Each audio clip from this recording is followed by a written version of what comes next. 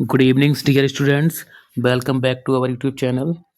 आज की video series में हम सामाजिक विज्ञान विषय के मोस्ट इम्पोर्टेंट क्वेश्चंस जो आपके बोर्ड एग्ज़ाम 2026 में सीधे सीधे आ सकते हैं उनके बारे में चर्चा करेंगे। सबसे पहले मैं आपका ध्यान केंद्रित करना चाहूँगा कि सामाजिक विज्ञान में हम जानते हैं सामाजिक विज्ञान में 4 भाग होते हैं। सबसे पहले अगर हम देखें तो इतिहास, भूगोल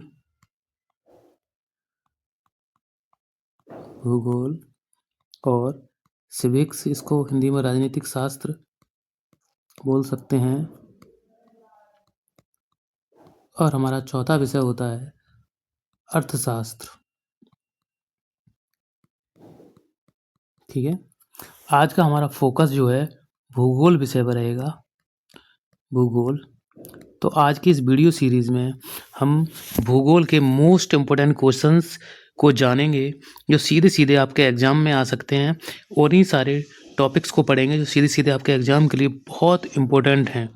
ठीक है, अगली वीडियो एक एक टॉपिक पे आएंगी। नेक्स्ट वीडियो इतिहास, राजनीतिक शास्त्र और अर्थशास्त्र पे होगी। ये वीडियो हमारी भूगोल को केंद्रित करके बनाई गई है। तो इस वीडियो में हम भूगोल के सबसे ज़्यादा मोस्ट इम्पोर्टेंट क्वेश्चंस को देखेंगे जो एग्जाम में सीधे आ सकते हैं, जिनके आने की पूरी संभावना है। Thank you so much. आप वीडियो को शुरू करते हैं। सबसे पहला हमारा टॉपिक है संसाधन क्या है। संसाधन क्या है और इनका वर्गीकरण या प्रकार। वर्गीकरण। ठीक है, कितने प्रकार के संसाधन होते हैं। तो सबसे पहले हम जानते हैं संसाधन के बारे में। हमारे पर्यावरण में उपलब्ध हर वह वस्तु जिसका उपयोग हम अपनी आवश्यकताओं को पूरा करने के लिए करते हैं संसाधन कहलाती है। प्रत्येक वह वस्तु जो मनुष्य की आवश्यकताओं की पूर्ति करती है संसाधन कहलाती है।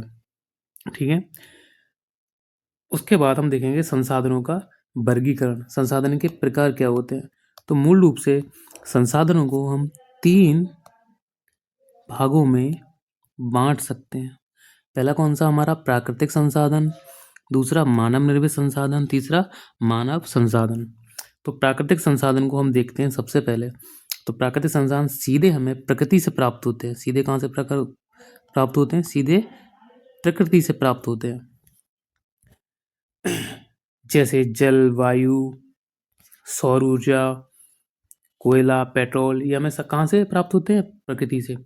इन्हीं को हम मूल और 2 भागों में बांट सकते हैं, नवीकरणीय संसाधन और अनवीकरणीय संसाधन। नवीकरणीय संसाधन कौन होते हैं?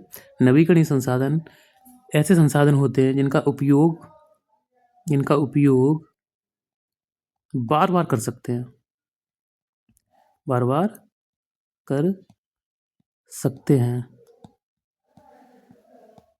और बार बार उपयोग करने के बाद भी ये जो है ख़त्म नहीं होंगे। ये मोस्ट इम्पोर्टेंट क्वेश्चन है आपका। नवीकरणीय संसाधन सीधे सीधे आपके एग्जाम में पूछा जा सकता है कि नवीकरणीय संसाधन क्या होते हैं। तो नवीकरणीय संसाधन ऐसे संसाधन हैं जिनका उपयोग हम बार बार कर सकते हैं और उपयोग करने के बाद भी ये प्रकृति से ख़त्म नहीं होंगे। जैसे सौर ऊर्जा, पवन ऊर्जा, ये मोस्ट इम्पोर्टेंट है, इसको आपको याद रखना है, इनके एग्जाम्पल्स। ठीक है, उसके बाद में अनवीकरणीय संसाधन। ये वे संसाधन होते हैं जो एक बार उपयोग करने के बाद पुनः उपयोग नहीं किए जा सकते हैं, यानी कि एक बार उपयोग करने के बाद ये ख़त्म हो जाते हैं। क्या हो जाते हैं? ख़त्म। जैसे कोयला है, हमारी पेट्रोल है, एक बार हम उपयोग करेंगे तो ये क्या हो जाते हैं? प्रकृति से ख़त्म हो जाते हैं। इनको बनने में जो है हज़ारों साल लगते हैं, हज़ारों साल बाद बनते हैं। जैसे आपने देखा होगा कहीं के पेड़ पौधे जब दब जाते हैं और वो हज़ारों सालों तक नीचे ज़मीन में दबे रहते हैं तो उनसे कोयला या पेट्रोल बनते हैं। तो ये संसाधन प्रकृति में ख़त्म हो सकते हैं। तो ये कौन संसाधन? अनवीकरणीय संसाधन। तो क्वेश्चन आपसे पूछा जाएगा कि नवीकरणीय संसाधन क्या होते हैं या अनवीकरणीय संसाधन क्या होते हैं, या नवीकरणीय और अनवीकरणीय संसाधनों में अंतर बताइए। तो आई होप, मैं समझता हूँ आप इस प्रकार समझ गए होंगे। एक बार दोबारा बता देता हूँ मैं। नवीकरणीय संसाधन वे संसाधन होते हैं जिनका उपयोग हम बार बार कर सकते हैं और ये प्रकृति से ख़त्म नहीं होंगे, जैसे सौर ऊर्जा, पवन ऊर्जा इत्यादि। अनवीकरणीय संसाधन वो संसाधन हैं जो इनका उपयोग करने के बाद ये प्रकृति से समाप्त हो जाते हैं, क्योंकि इनको बनने में हज़ारों साल लगते हैं, जैसे कोयला है, पेट्रोल है इत्यादि। अब दूसरे संसाधन है मानव निर्मित संसाधन। ये भी हमें प्रकृति से प्राप्त होते हैं। कहाँ से प्राप्त होते हैं? प्रकृति से। मानव जो है अपने ज्ञान विज्ञान से इनको बनाता है। जैसे हमने अपने ज्ञान विज्ञान से लोहा बनाया और लोहे से हमने पुल बना लिए, बाइक बना ली, कार बना ली इत्यादि। ये कौन से संसाधन होते हैं? मानव निर्मित संसाधन। तो मानव निर्मित संसाधन ऐसे संसाधन हैं जिन्हें मनुष्य प्रकृति से अपने ज्ञान विज्ञान से अपने उपयोग करके ऐसे संसाधन बनाता है। तीसरा संसाधन मानव संसाधन। मानव जो है स्वयं एक संसाधन है, जिसमें ज्ञान होता है, कौशल होता है और एजुकेशन शिक्षा होती है। जैसे डॉक्टर, इंजीनियर, टीचर्स, कोई भी व्यक्ति जो संसाधन, हर व्यक्ति संसाधन है। किसान भी क्या है? एक संसाधन जो क्या उगाता है? फसल उगाता है। ठीक है, और अपने आने वाली पीढ़ी को या भोजन प्राप्त देता है और साथ ही साथ जो वर्तमान पीढ़ी होती है उनको भी भोजन की पूर्ति कराता है। तो ये सब कौन से संसाधन है? मानव संसाधन। मानव स्वयं अपने आप में संसाधन है। तो मानव का ज्ञान विज्ञान बहुत ही इंपॉर्टेंट होता है। तो मानव भी अपने आप में क्या है? संसाधन। हम देखते हैं कि हम जब संसाधनों का अंधाधुंध उपयोग करते हैं और वो संसाधन दिन पे दिन खत्म होते जा रहे हैं। आपने देखा होगा कि अब जल जो है दिन पे दिन क्या होता जा रहा है? खत्म होता जा रहा है। यानी कि वाटर लेवल जो है हमारा, वाटर दिन पे दिन वाटर लेवल नीचे चला जा रहा है, क्योंकि सही से वर्षा नहीं हो रही है। पौधों को हमने काट दिया है, दिन पे दिन वनों को काटते जा रहे हैं, जिससे क्या हो रहा है? वर्षा उतनी मात्रा में नहीं हो रही है जितनी मात्रा में हम जल का उपयोग कर रहे हैं। इसलिए प्राकृतिक संसाधनों का अत्यधिक दोहन से प्रकृति दिन पे दिन आप देखें खतरे में है। ग्लोबल वार्मिंग बढ़ रही है। दिन पे दिन टेम्परेचर बढ़ता जा रहा है। क्यों बढ़ता जा रहा है? क्योंकि डिफॉरेस्टेशन, हम वनों की अंधाधुंध कटाई कर रहे हैं। अब हमें देखना होगा इनका संरक्षण कैसे करें। ये क्वेश्चन आपके वहाँ आ सकता है कि संसाधनों का संरक्षण कैसे करें। तो सबसे इम्पोर्टेंट संसाधनों के संरक्षण का एक तरीका होता है 3R। ये आप अपने एग्जाम में लिखेंगे, एग्जामिनर आपको पूरे नंबर देगा। 3R में क्या होता है? इधर देखें, कम उपयोग करना, पुनः उपयोग करना, उसको दोबारा उपयोग करना और रिसाइकिल करना। जैसे हम बिजली का कम उपयोग करें और कोई वस्तु एक बार उपयोग करने के बाद उसको दोबारा उपयोग में लें, पुनः उपयोग करना। जैसे कोई थैला है और कांच की कोई बोतल है, उसको हम घर के दूसरे कामों में भी उपयोग ले सकते हैं। इससे अन्य संसाधनों की बचत होगी। और संसाधनों का पुनः चक्रण करना, रिसाइकिल करने का मतलब है जैसे एक बार हमारी कॉपी किताबें खराब हो जाएं, उनको हम क्या कर सकते हैं? उनकी लुगदी बना के उनको दोबारा कॉपी किताबों में बदला जा सकता है। प्लास्टिक को दोबारा रिसाइकिल करके प्लास्टिक की कुर्सियाँ, बोतलें बनाई जा सकती हैं। ये 3R। तो 3R में क्या है? कम उपयोग करना, पुनः उपयोग करना और पुनः चक्रण, रिसाइकिल करना। अगला मोस्ट इंपोर्टेंट क्वेश्चन है आपके एग्जाम के लिए, आपको ये देखना होगा, सीधे सीधे आपके एग्जाम में आ सकता है। मृदा अपरदन क्या है, इसके कारण और संकट, और मृदा अपरदन के कारण और इसको कैसे रोका जाए। ये लॉन्ग शॉर्ट दोनों प्रकार से आ सकता है, कैसे रोका जाए।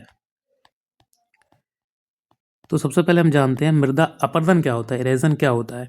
जब मृदा प्राकृतिक और मानवीय कारणों से मृदा के कण जो है, मृदा के जो कण हैं, एक जगह से दूसरी जगह पहुंच जाते हैं, क्योंकि ये ऊपर के मृदा के कण होते हैं जो बहुत उपजाऊ भूमि होती है, ये भी एक जगह से दूसरी जगह पहुंच जाती है, तो इससे मृदा अपरदन कहते हैं। मृदा अपरदन प्राकृतिक और मानवीय दोनों कारणों से होती है। अत्यधिक तेज हवा चलने से भी मृदा कारण होता है। पानी से अत्यधिक सिंचाई या पानी से मृदा एक जगह से बहकर दो जगह पहुंच जाती है। और वनों की कटाई से भी मृदा का क्या होता है। अब कारणों, हम सबसे पहला कारण क्या है? वनों की कटाई। वनों, जो हमारे वन होते हैं, वन, इनकी जो जड़ें होती हैं, जड़ें मृदा के कणों को बांध के रखती हैं। हम अत्यधिक मात्रा में जब वनों को काटेंगे तो इससे मृदा का अपरदन होगा, और मृदा के अपरदन होने से हमारी भूमि की उपजाऊपन खत्म हो जाएगा। जिससे क्या होगा?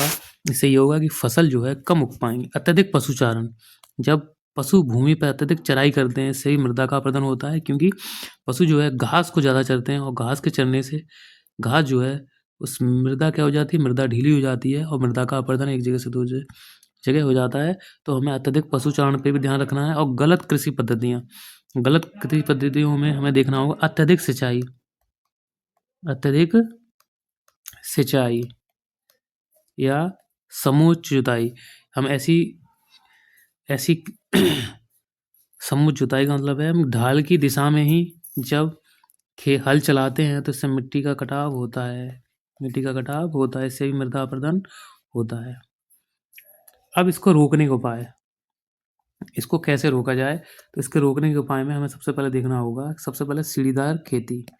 मृदा अपरदन को अगर हम रोकना है तो पहाड़ी इलाकों में भी पहाड़ी इलाकों में हम इस प्रकार से सीढ़ी नुमा खेती कर सकते हैं, सीढ़ी नुमा खेती कर सकते हैं, जो आपके मृदा अपरदन को रोकती है। सीढ़ी बनाकर खेती कर सकते हैं जो मृदा अपरदन को रोकती है। तो सबसे पहला कारण ये लिख देंगे कैसे रोका जाए। उसका समोच्च जुताई। समोच्च जुताई में हमें एक ऐसी हल ऐसे चलाएंगे जिससे मिट्टी का कटाव ना हो। उसके बाद में रक्षक मेखला क्या होती है? कोई खेत है हमारा, उस खेत के चारों ओर अगर हम पेड़ पौधों को लगा देंगे, इससे भी क्या होती है? मिट्टी का कटाव नहीं होता है। और बांध, पानी अत्यधिक बाढ़ और पानी को रोकने के लिए हम क्या बनाते हैं? बांध। और बांध का पानी हम बहुत सावधानी से छोड़ें, इससे भी क्या मृदा का कटाव नहीं होगा। और एक प्रमुख कारण भी आप लिख सकते हैं कि खेतों के चारों ओर मेड़ बंदी भी कर सकते हैं। अपने गांव में या आप खेतों में कभी गए हो तो आपने देखा होगा, खेत के चारों ओर क्या होती है? एक परत होती है। खेत के चारों ओर एक मोटी सी परत हम लगा देते हैं मिट्टी की, जो प्राय खेत से ऊंची होती है। इसको बोलते हैं मेड़। ये दो रूप से काम आती है। एक तो काम इसका ये होता है कि किसान को पता होता है कि इस मेड़ के अंदर हमारी भूमि है और दूसरी मेड़ के अंदर दूसरे किसान की भूमि है। साथ ही साथ इस मेड़ से मिट्टी का कटाव भी रुकता है, क्योंकि ये मिट्टी के जो खेत होता है उससे इसकी ऊंचाई अधिक होती है। ठीक है, अगला टॉपिक हमारी भारत की प्रमुख मिट्टियाँ। सबसे पहले हम मिट्टियों में पढ़ेंगे जलोढ़ मृदा। मोस्ट इम्पोर्टेंट है, आ सकता है आपके एग्जाम में सीधे। तो जलोढ़ मृदा का निर्माण कैसा होता है? जलोढ़ मृदा सबसे पहले हम जानते हैं इसका विस्तार कितना है। ये भारत के 43% क्षेत्र में फैली हुई है और मुख्य रूप से ये प्लेन मैदानी क्षेत्रों में है। मैदानी क्षेत्रों में पाई जाती है। ये गंगा और यमुना नदियों के द्वारा बहाए गए निक्षेपों से इस मृदा का निर्माण हुआ है। तो ये मृदा गंगा यमुना के द्वारा लाई गई मिट्टी से कटाव से जो मिट्टी आई है उससे ये मैदान बना है। ये मूल रूप से देखो इस इलाके में ये पॉइंट आउट हुआ है। तो कहाँ? उत्तर प्रदेश में, मध्य प्रदेश में, बिहार में, इस इलाकों में मृदा ज़्यादा पाई जाती है और अत्यधिक उपजाऊ होती है। इसमें कौन कौन सी फसलें हैं? इसमें गेहूं है, चावल है और गन्ना इत्यादि मूल रूप से उगाए जाते हैं। हालांकि अत्यधिक उपजाऊ होने के कारण इस मिट्टी में विभिन्न प्रकार की फसलें की जा सकती हैं। दूसरी इंपॉर्टेंट मिट्टी हमारी काली मृदा। अच्छा, एग्जाम में क्वेश्चन कैसा आएगा? एग्जाम में क्वेश्चन आएगा या तो डायरेक्ट पूछ ले जाएगा जलोढ़ मृदा क्या है, काली मृदा क्या है, या कोई मृदा क्या है, ये या फिर ऐसे पूछा जा सकता है भारत की किन्हीं दो मृदाओं के बारे में बताइए या किन्हीं दो मृदाओं को बताइए और उनके उदाहरण भी लिखिए। तो यह 6 नंबर में आ सकता है या 4 मार्क्स में आ सकता है। ठीक है, तो 4 मार्क्स में आएगा तो आपको ये देखने को मिलेगा एक ही मृदा को पूछ लेंगे। अगर लॉन्ग में आता है तो 2 या 3 मृदाओं को पूछा जा सकता है। तो अगली मृदा है काली मृदा। इसका विस्तार दक्कन के पठार में है। दक्कन, अभी बताऊंगा कहाँ है ये। उसके बाद ये ज्वालामुखी उद्गार से, ज्वालामुखी के विस्फोटन से जो लावा बाहर निकलता है, उस लावा से ये मिट्टी बनती है। ठीक है, उस मिट्टी से बनती है। इसकी विशेषता क्या होती है? इसमें नमी ज़्यादा होती है। नमी इसमें नमी अधिक होती है। नमी क्यों अधिक होती है? उसका एक मेन कारण है कि इसके कण जो होते हैं बहुत छोटे कण होते हैं, छोटे महीन कण होते हैं।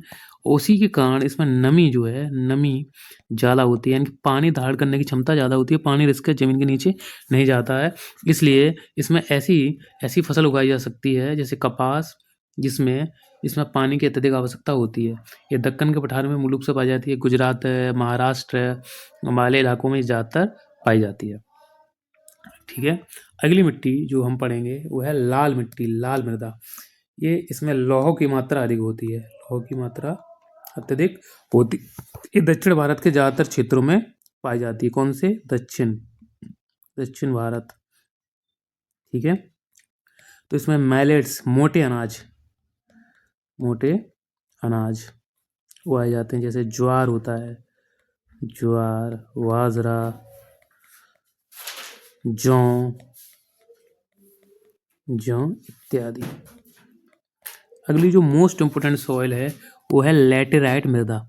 ये मोस्ट इम्पोर्टेंट ये भी है, ये भी आपके एग्जाम में सीधी पूछी जा सकती है। तो इसमें भी क्या लौह की मात्रा बहुत अधिक होती है। लौह की मात्रा अत्यधिक होती है। लोहा अत्यधिक, आयरन अत्यधिक होता है इसमें। और ये हीट ऐसे क्षेत्रों में ज़्यादा पाई जाती है जहाँ गर्मी और बारिश होती है। निस्क्षालन, गर्मी और बारिश के कारण जब मिट्टी छन-छन के मैदानी क्षेत्रों में पहुँच जाती है, तो ऐसी मृदा लैटेराइट मृदा होती है। इसमें मूल रूप से चाय जो है हमारी, चाय, कॉफ़ी और खजूर, काजू उगाए जा सकते हैं। ठीक है। उसके बाद में अगली मृदा हमारी जो है मरुस्थलीय मृदा। मरुस्थलीय मृदा होती है मूल रूप से रेगिस्तानी इलाकों में पाई जाती है। रेगिस्तान मरुस्थल में पाई जाती है। यहाँ पर केवल क्या होता है, रेत होता है, रेत। ये कम उपजाऊ होती है, और इसमें भी मोटे अनाज उगाए जा सकते हैं अगर उनकी हम सिंचाई करें। जैसे बाजरा। बाजरा एक ऐसी फसल है जो विभिन्न प्रकार की कठिन परिस्थितियों वाली जलवायु और मिट्टियों में उगाया जा सकता है। इसके लिए बहुत कम पोषण की आवश्यकता होती है। ठीक है।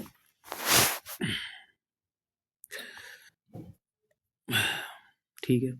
अगला अगला हमारा टॉपिक है कृषि, एग्रीकल्चर। कृषि क्या होती है?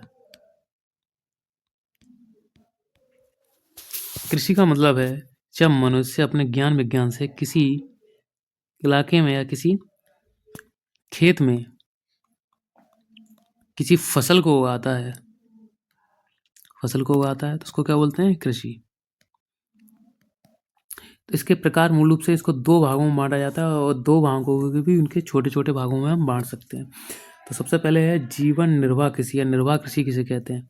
तो निर्वाह कृषि का मतलब होता है छोटे छोटे इलाकों में या छोटे छोटे खेतों में किसी कृषि को किया जाता है। स्मॉल लैंड, छोटी भूमि होती है किसानों की, और हाई लेबर, पूरा परिवार उसी खेती में लगा रहता है, और हाई ऐसी खेती की जाती है जहाँ पर बहुत अधिक जनसंख्या होती है, और नदी तटवर्तीय क्षेत्रों में अत्यधिक जनसंख्या होने के कारण ये वहीं पर ज़्यादा की जा सकती है। मूल रूप से इसमें चावल उगाए जाते हैं, चावल। जैसे चावल पश्चिम बंगाल में ज़्यादा उगाए जाते हैं, वेस्ट बंगाल में, क्योंकि वहाँ नदियों का क्षेत्र अत्यधिक सिंचाई के कारण उपलब्ध है, साथ ही साथ वहाँ जनसंख्या बहुत है, तो एक परिवार के लोग वहाँ पर उस जगह लगे रहते हैं। दूसरी कृषि है आदिम निर्वाह कृषि। इसको झूम कृषि भी कहते हैं, झूम कृषि भी कहते हैं। इस कृषि में क्या होता है, किसी जमीन को या किसी वन को जलाकर खेती की जाती है, और जब उस भूमि की उर्वरता शक्ति खत्म हो जाती है तो उस भूमि को छोड़ दिया जाता है। मूल रूप से मेघालय, असम, नागालैंड इत्यादि इलाकों में होती है। ठीक है। अगली खेती है चलवासी पशुचारण।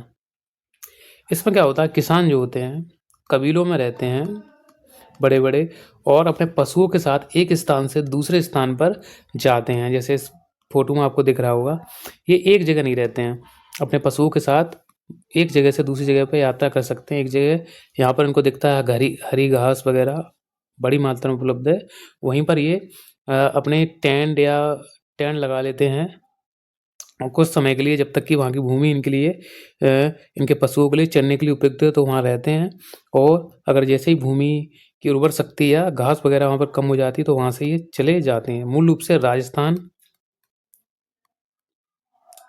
राजस्थान और जम्मू कश्मीर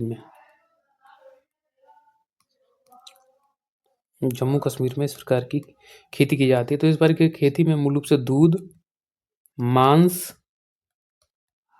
और ऊन, ये प्रमुख चीज़ें इसमें होती हैं।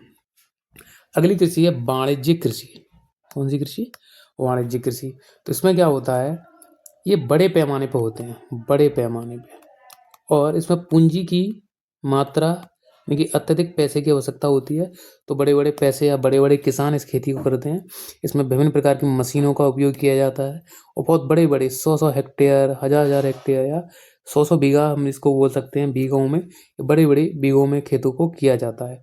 जैसे गेहूँ उगाना है, मक्का की खेती इत्यादि की जाती है। अगली कृषि है मिश्रित कृषि। तो मिश्रित कृषि में क्या होती है, कृषि के साथ साथ हम पशुपालन करते हैं, ये भी छोटे स्तर के किसान करते हैं। जिनके पास छोटी ज़मीन होती है और छोटी ज़मीन के साथ साथ वो अपनी दूसरी प्रकार की खेती पशुपालन को भी करते हैं। छोटे-छोटे खेतों के साथ-साथ पशुपालन को भी ये लोग करते हैं, इससे उनके जीवन निर्वाह हो सके। अगली कृषि है रोपण कृषि। रोपण कृषि में क्या होता है कि ये भी इसमें बहुत पैसे की ज़रूरत, पूँजी की ज़रूरत है। पूँजी, इसमें भी बहुत पूँजी की आवश्यकता होती है। पूँजी की आवश्यकता, तो इसमें जैसे चाय, कॉफ़ी और रबड़ की खेती की जाती है। इसमें बड़े-बड़े उद्योगपति इस खेती को करते हैं, क्योंकि इसमें बागान लगाने पड़ते हैं। बागान के साथ-साथ इसमें अत्यधिक मज़दूरों की आवश्यकता होती है, क्योंकि पर डे इसमें काम होता है। पत्तियों को छाँटा जाता है, उनको तोड़ा जाता है। ऐसे ही कॉफ़ी में उसके बीन्स को तोड़ा जाता है। रबड़ में रबड़ पौधे से उसके दूध को निकाला जाता है, तब वो रबड़ बनती है। ये बहुत हाईली इंटेंसिव के साथ-साथ बहुत ही पैसे वाली कृषि होती है, इसको हर कोई नहीं कर सकता है। अगला टॉपिक हमारा खनिज संसाधन। सबसे पहले हम जानेंगे संसाधन क्या। संसाधन तो हम जान चुके हैं, उसमें खनिज संसाधन ये प्राकृतिक रूप से धरती में पाए जाते हैं, और प्राकृतिक रूप से पाए जाने के बाद इनको हम जब छानते हैं, इनका क्या करते हैं, इनके जो ऊर को छानते हैं, निकालते हैं, तब इनके उपयोग को हम ला सकते हैं। ये भी दो प्रकार के होते हैं, धात्विक और अधात्विक। धात्विक खनिज में ऐसे खनिज होते हैं जो धातु से निर्मित होते हैं, और अधात्विक में जो धातु से निर्मित नहीं होते हैं। तो सबसे पहले हम देखें धात्विक खनिज। इसमें कौन सा था, लोहा। लोहा से हम कोई भी लोहे की चीज़ बना सकते हैं। और मैंगनीज जो है हमारे बैटरी बनाने के काम में आता है। उसके बाद में लौह, और लौह में क्या होगा, तांबा, बॉक्साइड, सोना इत्यादि। ठीक है। अधात्विक खनिज में जिसमें धातु की मात्रा नहीं होती है, इसमें अभ्रक, चूना, नमक, संगमरमर जो घर बनाने के काम आता है। ये आपको पूछ सकता है खनिज धात्विक खनिज, अधात्विक खनिज भी आपको पूछ सकता है, या इनका अंतर पूछ सकता है। अब ऊर्जा ऊर्जा, यहाँ से भी आपके सीधे क्वेश्चन आ सकते हैं कि कोयला के बारे में बताइए, कोयला कैसे उपयोग में आता है। तो कोयला मुख्य रूप से हमारे विभिन्न प्रकार के फैक्ट्रियों को चलाने में और बांधों में बिजली बनाने में ये काम आता है। साथ ही साथ हम इसको घरेलू उपयोग में भी लाते हैं। पेट्रोल, प्राकृतिक गैस, पेट्रोल कार, बाइक इत्यादि चलाने के काम आती है। नेचुरल गैस को हम खाना बनाने के लिए, और इसको भी कार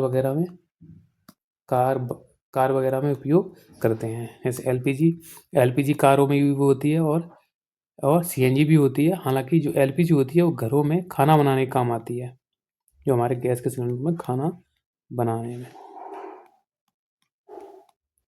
काम आती है। ठीक। अब गैर परंपरागत ऊर्जा के स्रोत, ये भी मोस्ट इम्पोर्टेंट है, इसको हम जानेंगे। सबसे पहले सौर ऊर्जा, उसके बाद पवन ऊर्जा, तीसरा बायोगैस, और परमाणु ऊर्जा, और ज्वारीय ऊर्जा। तो ये सौर ऊर्जा जो बहुत मोस्ट इम्पोर्टेंट है, इसको आप सही से पढ़ लेना। सौर ऊर्जा में क्या होता है कि इस सूर्य से प्राप्त ऊर्जा को हम बिजली में बदलते हैं। सूर्य से जो ऊर्जा प्राप्त होती है उसको तकनीक के माध्यम से, सोलर प्लेट्स के माध्यम से बिजली में बदल लेते हैं। और ये नवीकरणीय ऊर्जा का स्रोत है। नवीकरणीय का मतलब है ये स्रोत कभी भी खत्म नहीं होगा। जब तक सूरज रहेगा, जब तक ये सौरमंडल रहेगा, तब तक हम इस ऊर्जा का उपयोग कर सकते हैं। उसके बाद हम पवन ऊर्जा, पवन चक्की के माध्यम से पवन से हम जब चक्कियाँ चलाते हैं, और उससे क्या बिजली का उपयोग या बिजली बना सकते हैं। बायोगैस में क्या होता है, हम बहुत सारी हरी खाद या पशुओं का गोबर मिला के बायोगैस प्लांट से बिजली का उत्पादन कर सकते हैं। परमाणु में हम जानते हैं न्यूक्लियर जो होते हैं, न्यूक्लियर प्लांट से हम भी बिजली का निर्माण करते हैं, जिसमें यूरेनियम का उपयोग करते हैं। ज्वारीय ऊर्जा, समुद्र में जब लहर आती है और लहर जब जाती है, वहीं पर हम ज्वारीय ऊर्जा का निर्माण कर सकते हैं। वहाँ पर ज्वारीय ऊर्जा का निर्माण किया जा सकता है। संरक्षण के उपाय। अब संसाधनों का संरक्षण कैसे करें। सबसे हम जल की बात करते हैं, जल का संरक्षण कैसे करें। तो जल का संरक्षण मूल रूप से एक तरह से होता है, जो वर्षा का जल होता है, अपने घरों में हम अपनी छतों को ऐसे बनवाएं और एक रेन वाटर टैंक बनवाएं। जब पानी छत पे गिरे तो वो उस रेन वाटर टैंक में इकट्ठा हो जाए और उस जल को हम कपड़े धोने, बर्तन धोने इत्यादि में काम में ला सकते हैं। हालांकि पीने के लिए हमें उसे फिल्टर करना होगा। वनों की कटाई को रोका जाए, वनों को हम काटते हैं उसको क्या करा जाए, रोका जाए। उसके बाद में कि पब्लिक ट्रांसपोर्ट को बढ़ावा दिया जाए। पब्लिक ट्रांसपोर्ट जैसे बस में, ट्रेन में लोग ज़्यादा ट्रेवल करें अपने पर्सनल वाहन, बाइक या कार की वजह। इससे क्या होगा, पॉल्यूशन कम होगा। उसके बाद ड्रिप सिंचाई ये इम्पोर्टेंट है। इसमें क्या होता है कि हम सीधे खेत में पानी को न लगा के छोटे छोटे पाइप खेतों में लगा देते हैं और उन पाइपों से बूंद बूंद पानी गिरता है। इससे क्या होता है, एक तो जल की बचत होती है, जल की बचत होती है और साथ ही साथ मृदा का कटाव नहीं होता है, मृदा का कटाव नहीं होता है।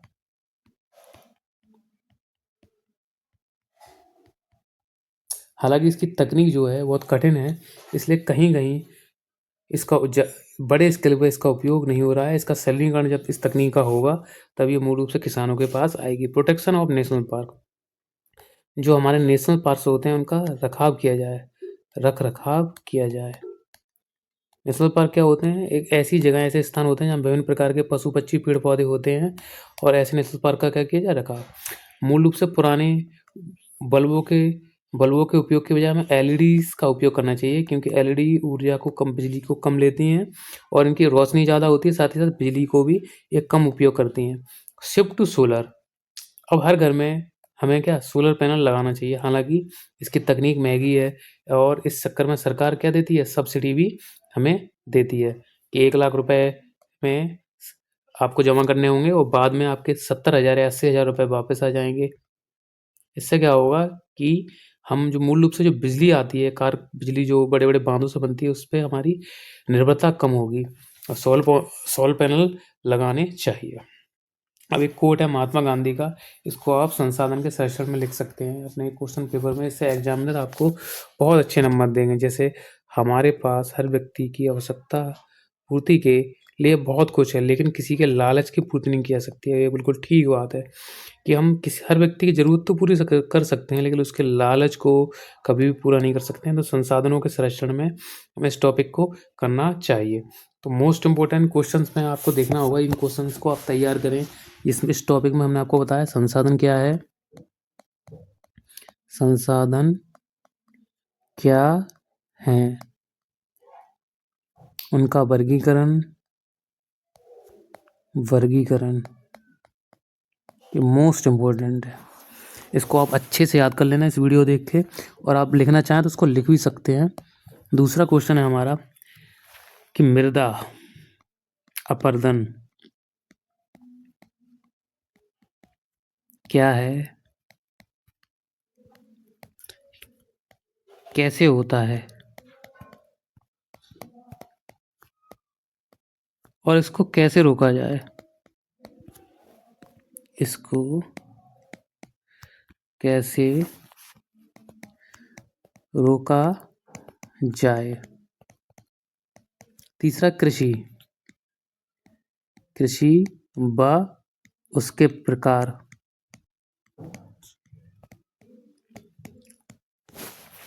अगला क्वेश्चन है संसाधन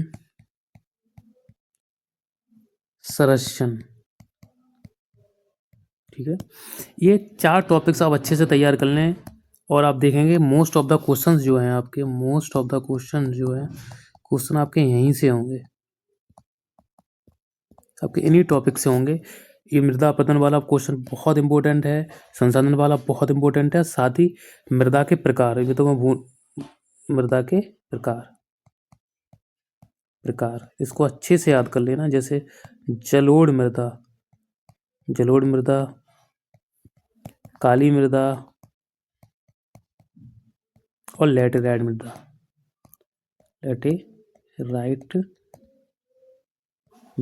इनको अच्छे से याद कर लेना। तो once again very thank you for watching the video.